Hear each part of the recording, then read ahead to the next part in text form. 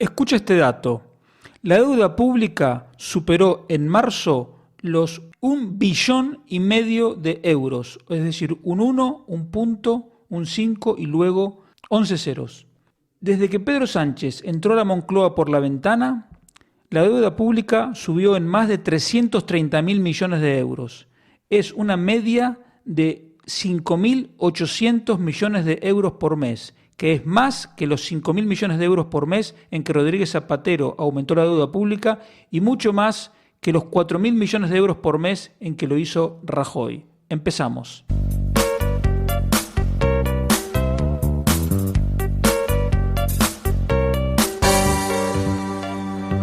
Economía Hoy, con Diego Barceló.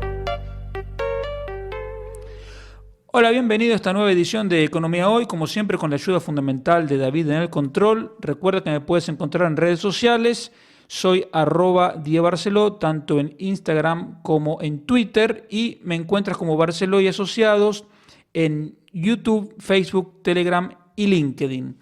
Allí puedes encontrar todos los artículos que publico, como uno que publiqué hoy en La Nueva España y otro material. Te quiero comentar tres cosas. La primera es un aspecto del informe anual del Banco de España que se publicó hace unos días. ¿Y qué es lo que te quiero comentar? Que resulta que en el primer párrafo de la primera sección empieza a hablar de la inflación y menciona como causas del repunte inflacionario del 2022 y lo que llevamos de 2023, aunque ahora se está empezando a moderar, la intensidad de la recuperación económica, los atascos en las cadenas globales de suministros, la guerra de Ucrania y factores de demanda.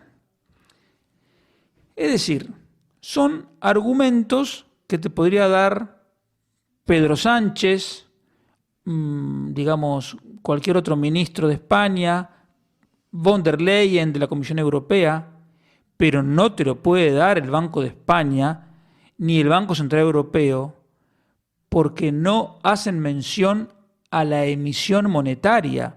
Y yo siento ser pesado con este tema, pero es que a mí me parece de una importancia capital y como bien dijo von Mises, tenemos que repetir las mismas verdades porque los socialistas repiten las mismas mentiras y entonces ellos insisten con que la inflación es culpa de Putin y yo les digo que eso es mentira, que la inflación es culpa de la emisión descontrolada por parte del Banco Central Europeo y el Banco de España como organismo que forma parte del eurosistema, es decir, el sistema europeo de bancos centrales, tendrían que admitirlo o como mínimo mencionarlo. Yo entiendo que el Banco de España no pueda salir diciendo la verdad es que la inflación es culpa de la emisión monetaria, porque ellos son partícipes, por no decir cómplices de esa política equivocada. Pero por lo menos, digamos, en alguna línea mencionar que sin emisión monetaria no puede haber inflación, porque ¿por qué no hubo inflación en el mundo hasta que no se inventaron los bancos centrales? Hubo episodios puntuales, por ejemplo, cuando España colonizó América y empezaron a entrar en España cantidades enormes de oro y de plata, y en ese momento el dinero que circulaba eran monedas de oro y de plata, también hubo inflación en España. ¿Pero qué pasó? Esa inflación, esos mayores precios que empezó a haber en España, promovieron que se importaran más productos desde Inglaterra, desde Francia, etc. Entonces ese oro que llegó a España se terminó filtrando por toda Europa y luego entonces esos precios, así como subieron, bajaron. En su día eso se llamó la revolución de los precios. Pero la inflación como un fenómeno sistemático en el que suben todos los precios de manera continuada durante mucho tiempo solo puede ocurrir cuando aumenta la cantidad de dinero, porque como ya te dije el otro día, si no, una empresa o las empresas aumentarían los precios, pero como no habría más dinero en la calle, no podrían vender, entonces tendrían que volver a bajar los precios. Y entonces se inventan los políticos, pero también lamentablemente la autoridad monetaria, con lo que demuestra que ya no es independiente, que es un apéndice del poder político y que ya no cumple su función de controlar la estabilidad de precios, se inventan, como digo, los efectos de segunda ronda. Y los efectos de segunda ronda son una excusa para echarle la culpa a trabajadores y empresarios de la inflación, cuando en realidad, como digo, la culpa es del Banco Central Europeo. Entonces, simplemente era puntualizar que es lamentable que hemos llegado a este punto de degradación y de ideas estatistas y socializantes a tal extremo que le llevan a no ver lo evidente y desconocer enseñanzas básicas de la teoría económica. Porque quiero pensar bien. Si pienso mal, tengo que decir que esta gente sabe que está escribiendo una porquería, que sabe que está tratando de vender pescado podrido. Quiero pensar que no. Entonces quiero pensar simplemente que por cuestiones políticas, de conveniencia, de lo que fuere, de obnubilación intelectual, están hablando de unos causantes de la inflación cuando en realidad son otros. En cualquier caso es, insisto, lamentable porque es gente preparada y no tendrían que cometer este tipo de errores. Siguiendo con temas europeos, hay un tema que pasó, yo creo que inadvertido, no lo vi en casi ningún sitio publicado, pero para mí es de una gravedad muy, muy grande.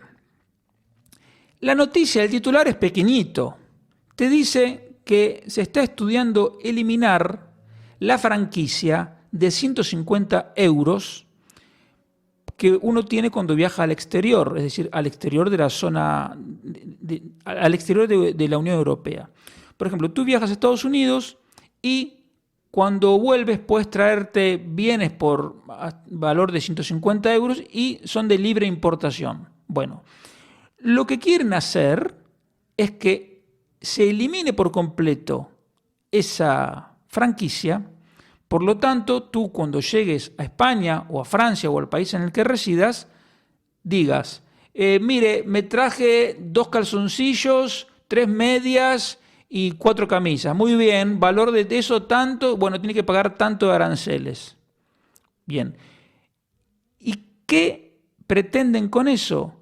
Pretenden confiscarnos 750 millones de euros anuales.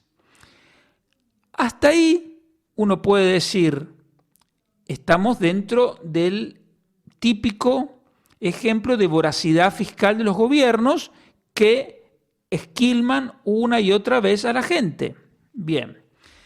Luego un poco lo barnizan diciendo que el comercio electrónico hace que muchas veces se hagan importaciones y que no se paguen aranceles porque se declaran valores más bajos que los reales en las mercaderías que se están comprando para no pagar y cualquier cosa de ese tipo, pero no perdamos de vista lo fundamental. Si hubiera libertad de comercio plena, no habría ninguna necesidad de hacer ninguna declaración de valor, simplemente uno compraría y ya está. Entonces, esto que te lo quieren vender como una cuestión de transparencia, de orden, etcétera, es simplemente un espíritu proteccionista, estatizante y que es como siempre en estos casos se vuelve contra el consumidor, porque de mano ya tendríamos que pagar 750 millones de euros más. ¿A quién? Y este es el otro punto y es el punto verdaderamente más grave. Resulta que en el Parlamento Europeo, el 10 de mayo, se aprobó una resolución para instar a la Comisión Europea a que se aprueben impuestos a nivel europeo a multinacionales, que son siempre el pato de la boda, a los criptoactivos y las criptomonedas y a las transacciones financieras, es decir, esa ridícula, contraproducente, empobrecedora, mal llamada tasa Tobin, que pusieron aquí en España también por presión de Podemos, que simplemente hace que si tú quieres comprar una acción del Banco Santander, tienes que pagar un impuesto. ¿Por qué? Porque el comunismo va contra las grandes empresas y siempre machaca al ahorrador. Entonces, la idea en la que se enmarca esa eliminación de la franquicia de 150 euros, por las cuales se intentaría recaudar 750 millones de euros anuales, es una cosa más grande que intenta que la Unión Europea tenga sus propios impuestos. Entonces tú fíjate, si nosotros, además de la mayor presión tributaria de la historia que nos han dado Pedro Sánchez, Pablo Iglesias, Yolanda Díaz, etc., encima tendremos que pagar impuestos europeos.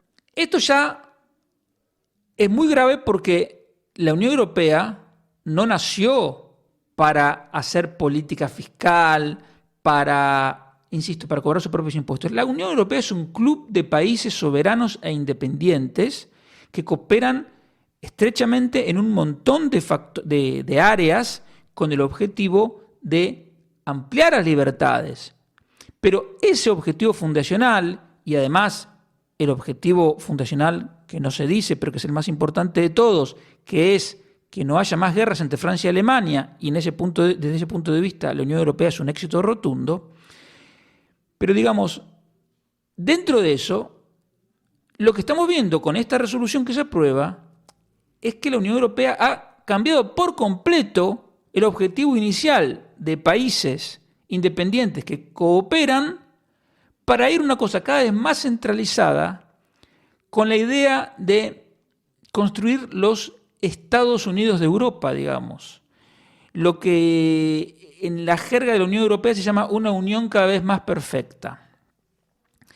Y yo digo que eso va no solo contra el espíritu fundacional, sino que es antidemocrático y que es perjudicial para nosotros los ciudadanos europeos. ¿Por qué?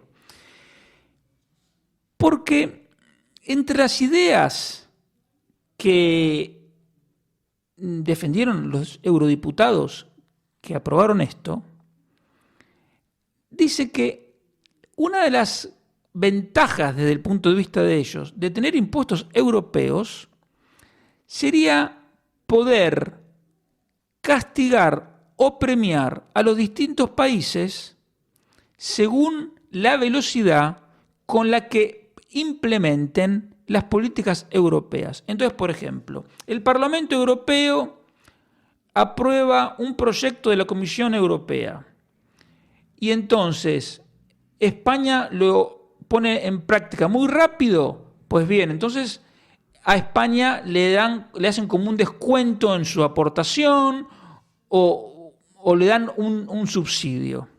Ahora, si España tarda más de lo que la Comisión Europea quiere, pues le cobran una multa. Y tú fíjate la peligrosidad de esto. Porque esto, ¿a qué nos llevaría? Imagínate que en España hay un gobierno conservador. Bueno, esto es casi ciencia ficción, pero imaginémoslo. Y resulta que en Alemania, en Francia, Italia y Polonia, por decir cualquier ejemplo, hay gobiernos socialistas. Entonces resulta que en el Parlamento Europeo los países socialistas van a tener más fuerza que los países con gobiernos conservadores, van a aprobar una agenda y luego, con el poder de los impuestos europeos, podrían castigar a España, al gobierno de España, por querer aplicar una política contraria del Parlamento Europeo, pero totalmente a favor de lo que votaron sus propios votantes.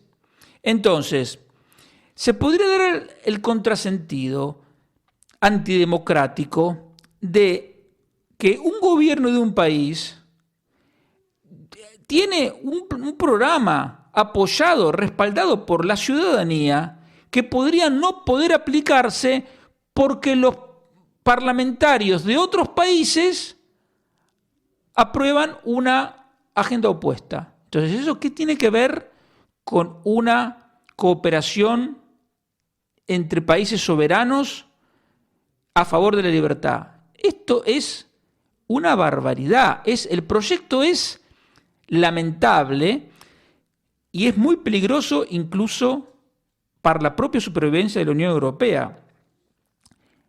La eurodiputada francesa que aprobó, que presentó digamos, no es la que presentó, es la que hizo la presentación, no es un proyecto de ella, es un proyecto de un grupo de más diputados, pero ella dijo que dentro de la Unión Europea hay un dogma, que es que el presupuesto de la Unión Europea no puede superar el 1% del PIB de la Unión Europea, cosa que a mí me parece muy razonable, porque si nosotros estamos financiando presupuestos del 40 o 50% del PIB, imagínate si también se pone a gastar la Unión Europea. Bien. Pero sin embargo, esta eurodiputada francesa dice que esto es un dogma que no puede seguir porque necesitamos invertir más. Claro, y entonces, ¿sabes qué pasa? Ellos te dicen, no, nosotros hemos hecho el plan de recuperación de 724.000 millones de euros y ahora hay que pagarlo. Pero, a ver, ¿no sabían de antes de hacerlo que no tenían impuestos propios ni recursos propios y que no tenían cómo pagarlo? Entonces, esto es el típico recorrido socialista de primero hago el gasto y luego digo, no tengo más alternativa que aumentarte los impuestos o hacer recortes. Entonces, como en la mentalidad estatista no cabe la posibilidad de recortar un gasto, te subo los impuestos. Insisto, esto es un paso más para convertir a la Unión Europea en un agente, digamos, que no solo ya está en contra de su espíritu fundacional, sino que estaría dispuesta a aplicar una política liberticida incluso en contra de lo que hayan votado los ciudadanos de cada país para su gobierno nacional. Ahora, esto que me ratifica lo que te vengo diciendo de este micrófono, que los fondos de recuperación son una basura que ojalá se eliminaran ya mismo, porque no solo nos están enterrando en deuda, sino que están siendo deuda para financiar proyectos antieconómicos, porque si los proyectos fuesen los que quería el mercado, ya los habrían empezado a financiar antes. Entonces, la Comisión Europea no se va a encontrar proyectos de inversión de cientos de miles de millones de euros que el sector privado no había descubierto.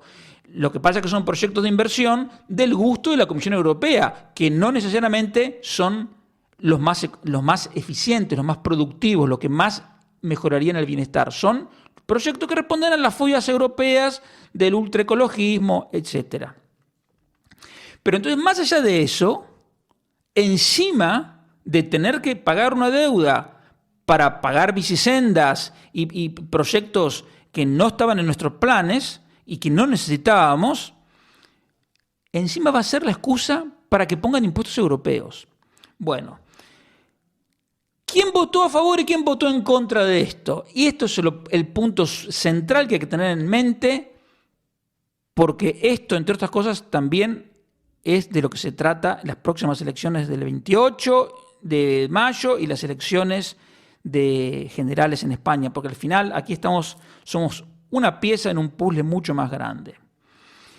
Resulta que votaron a favor de esta basura intervencionista, estatista y liberticida el Partido Popular Europeo, donde está el PP, los socialdemócratas, donde está el PSOE, los verdes, que creo que de España no hay nadie, y los Renew, que son los de Macron y que creo que es donde está Ciudadanos.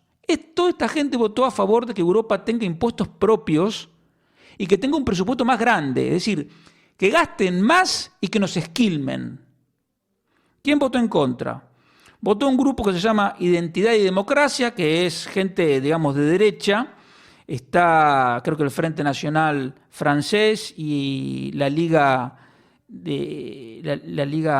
antes era la Liga Lombarda, la Liga de Italia, pero sobre todo el grupo más serio, que es el de los conservadores y reformistas europeos, donde hay 20 partidos, entre ellos Vox y Fratelli d'Italia, el partido de Meloni.